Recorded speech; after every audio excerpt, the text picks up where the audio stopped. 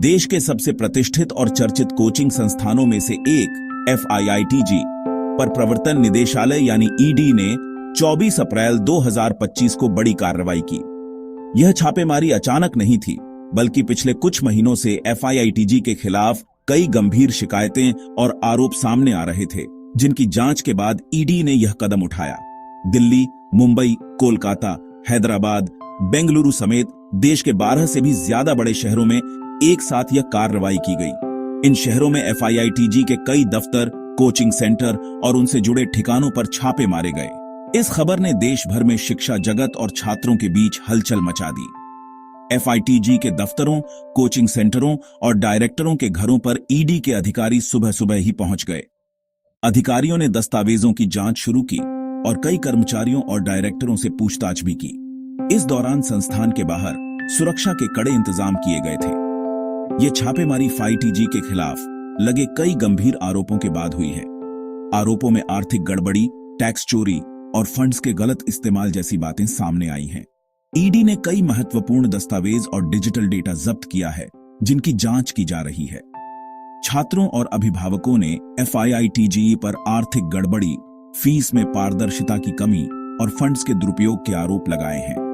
कई अभिभावकों का कहना है कि उन्होंने अपनी मेहनत की कमाई से बच्चों की पढ़ाई के लिए भारी भरकम फीस दी, लेकिन संस्थान की कार्यप्रणाली में कई अनियमितताएं देखने को मिली। अब सभी की नजरें ED की जांच और आगे की कार्रवाई पर टिकी हैं। प्रवर्तन निदेशालय ED की जांच इस समय देश भर में सुर्खियों में है। यह जांच कई अहम पहलुओं पर केंद्रित है, जिससे शिक्षा जगत में हलचल मच गई है। अधिकारियों की छानबीन से न केवल संस्थान के भीतर की गतिविधियां उजागर हो रही हैं, बल्कि इससे जुड़े कई बड़े सवाल भी खड़े हो रहे हैं। सबसे प्रमुख आरोप मनी लॉन्ड्रिंग का है, जिसमें संस्थान पर अवैध रूप से अर्जित धन को वैध दिखाने के लिए जटिल वित्तीय लेन देन करने का संदेह है। जांच एजेंसियों को शक है कि बड़ी मात्रा में नकदी का लेन देन किया गया है, जिसे छुपाने के लिए अलग अलग तरीकों का इस्तेमाल किया गया। आरोप है कि FIITG ने काले धन को सफेद करने के लिए कई फर्जी कंपनियों का सहारा लिया। इन कंपनियों के जरिए धन का प्रवाह दिखाया गया ताकि असली स्रोत छुपाया जा सके। जांच में कई संदिग्ध दस्तावेज और फर्जी रजिस्ट्रेशन पेपर्स भी बरामद हुए हैं। इसके अलावा टैक्स चोरी के भी गंभीर आरोप सामने आए हैं। संस्थान पर आरोप है कि उसने अपनी वास्तविक आय को छुपाकर टैक्स की चोरी की है।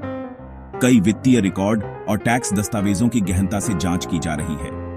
ED को शक है कि FIITG ने अपनी आय के बड़े हिस्से को छुपाया और सरकार को टैक्स नहीं दिया। छुपी हुई आय के दस्तावेज, दफ्तर में छुपाई गई नकदी और अभिभावकों के बीच बढ़ती चिंता इस जांच को और गंभीर बना रही है। छात्रों से भारी भरकम फीस वसूलने के मामले भी जांच के दायरे में हैं। अभिभावकों से मोटी रकम नकद में ली गई, जिससे पारदर्शिता पर सवाल उठ रहे हैं।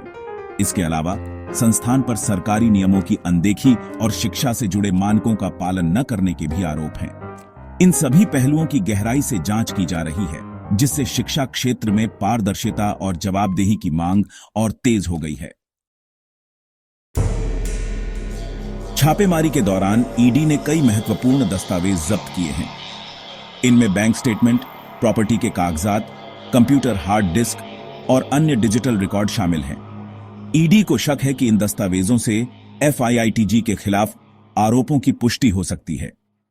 कैश और कीमती सामान भी बरामद होने की खबर है।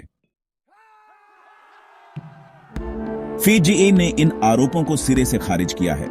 संस्थान का कहना है कि वह सभी नियमों का पालन करता है और ED के साथ पूरा सहयोग कर रहा है।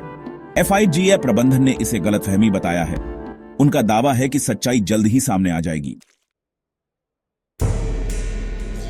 यह मामला कोचिंग इंडस्ट्री में पारदर्शिता की कमी को उजागर करता है।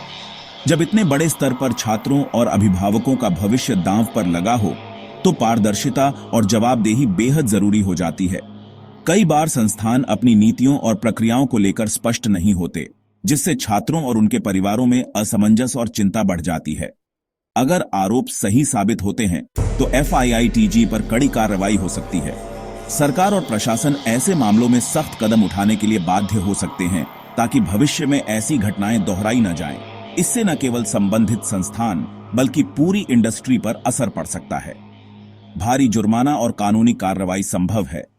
कोर्ट में लंबी सुनवाई, दस्तावेजों की जांच और सख्त फैसले इस मामले को और गंभीर बना सकते हैं। इससे अन्य कोचिंग संस्थानों को भी चेतावनी मिलेगी कि वे अपनी जिम्मेदारियों को हल्के में न लें।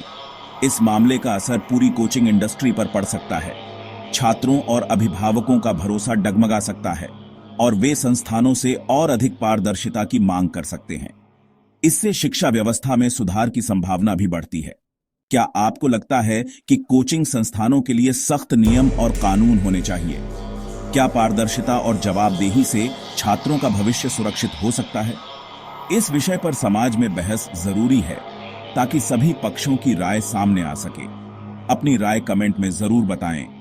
आपकी सोच और सुझाव इस बहस को आगे बढ़ाने में मदद कर सकते हैं और शायद शिक्षा व्यवस्था में सकारात्मक बदलाव भी ला सकते हैं।